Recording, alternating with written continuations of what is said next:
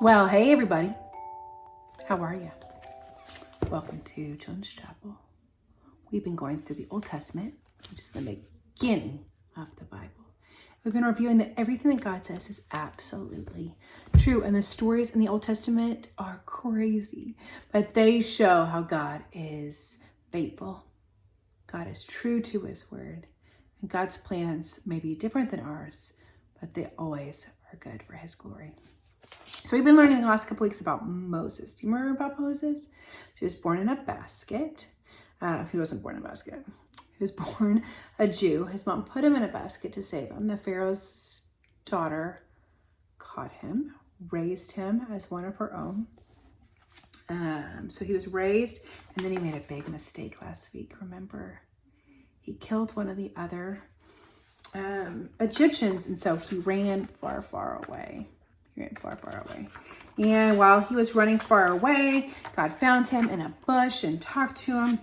And God asked him last time, you need to go tell the Pharaoh to let my people go. God said, I've been hearing them. I can hear them, and they're so sad. And so I need you to go to the Pharaoh. I need you to go let him go. And we're going to see how God tries to change the Pharaoh's heart. Here we go. Let my people go. Let my people go. That's what Moses said as he stood in front of Pharaoh. He was probably very nervous. He didn't want to be in Egypt. He wanted to be back in the desert with his sheep and his wife and his kids. But there he was, standing in front of the Pharaoh, saying exactly what God had told him to say. Let my people go. Can you say that? Let my people go. I bet he yelled it really loud. What do you think? And do you know what Pharaoh said? He said, no. Rats. Okay, it was time for the neat trick with the scary snake. So Moses threw down the walking stick and boom, God turned it into a snake and back into a stick. Let my people go, he said again. And Pharaoh said, no. Double rats. Then God told Moses it was time to do something even more powerful than the stick snake.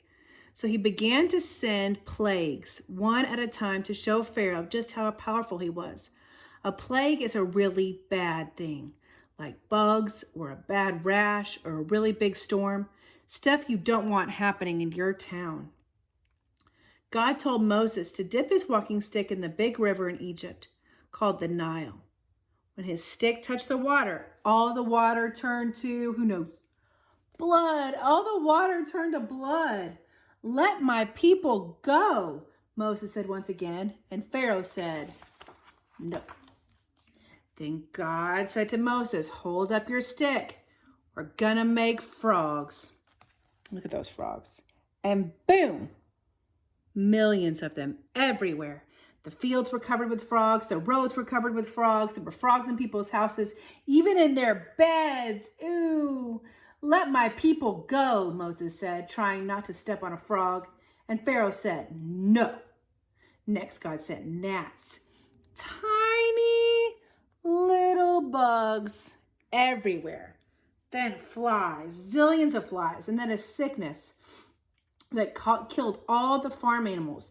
And next, all the Egyptians got sores on their skin, itchy, ouchy sores all over. Would you change your mind if all that happened? I think I would. There was hail, big balls of ice that fell from the sky and knocked down all the corn and wheat and the rice plants. And then locusts, big bugs that looked like grasshoppers and ate all the crops that weren't killed by the hail. And each time Pharaoh said, no. Then these plagues, the frogs, the flies, the locusts, the hail weren't enough. So God turned out the lights. Egypt actually went dark. It was the middle of the night dark, in the middle of the day, and the Egyptians couldn't see anything. Let my people go, Moses said to the Pharaoh. At least he thought he was talking to Pharaoh. It was so dark, it was hard to tell. But the voice in the darkness said, no. Finally, God knew exactly what he would have to do to change the Pharaoh's mind. God told Moses it was time for the Egyptians to know how powerful he was. I'm going to send an angel who will kill all the oldest sons of the Egyptians, he said. And then Pharaoh will let my people go. Moses thought that was a terrible thing.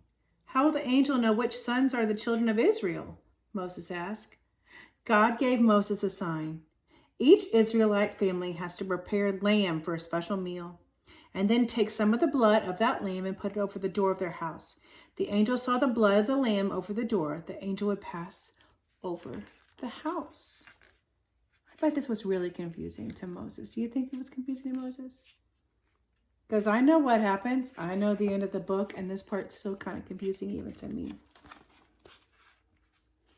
Moses and the Israelites were unsure, but they followed God's direction. They put the blood of the lamb over their door. They ate the special meal, which is now called Passover. They did everything just the way God had said, and then they went to bed. But they didn't get much sleep. That night an angel passed through the streets of Egypt, and in the morning all the oldest sons of the Egyptians were dead. The Egyptian moms and dads cried and cried. Even Pharaoh cried because his son died too. It was terrible. When he was done crying, Pharaoh called to Moses. Can you guess what he said? What did you think he said? Do you think he said no? Or do you think he said go? He said go. God showed the Egyptians just how powerful he was. He showed the children of Israel that he heard their cries and that he would keep their promise he had made to their father Abraham. And that's not all. God also gave a hint about his third promise, the blessing for the whole world. Someday all of God's children will be saved from death. All it would take would be the blood of a very, very special lamb. Who do you think that lamb is? Jesus. Jesus is that lamb. Jesus is that lamb. All right, so God sent plagues. What do we say plagues were? Really bad things like hail, like bugs, like flies, like frogs, like darkness. Gross, man, they're gross.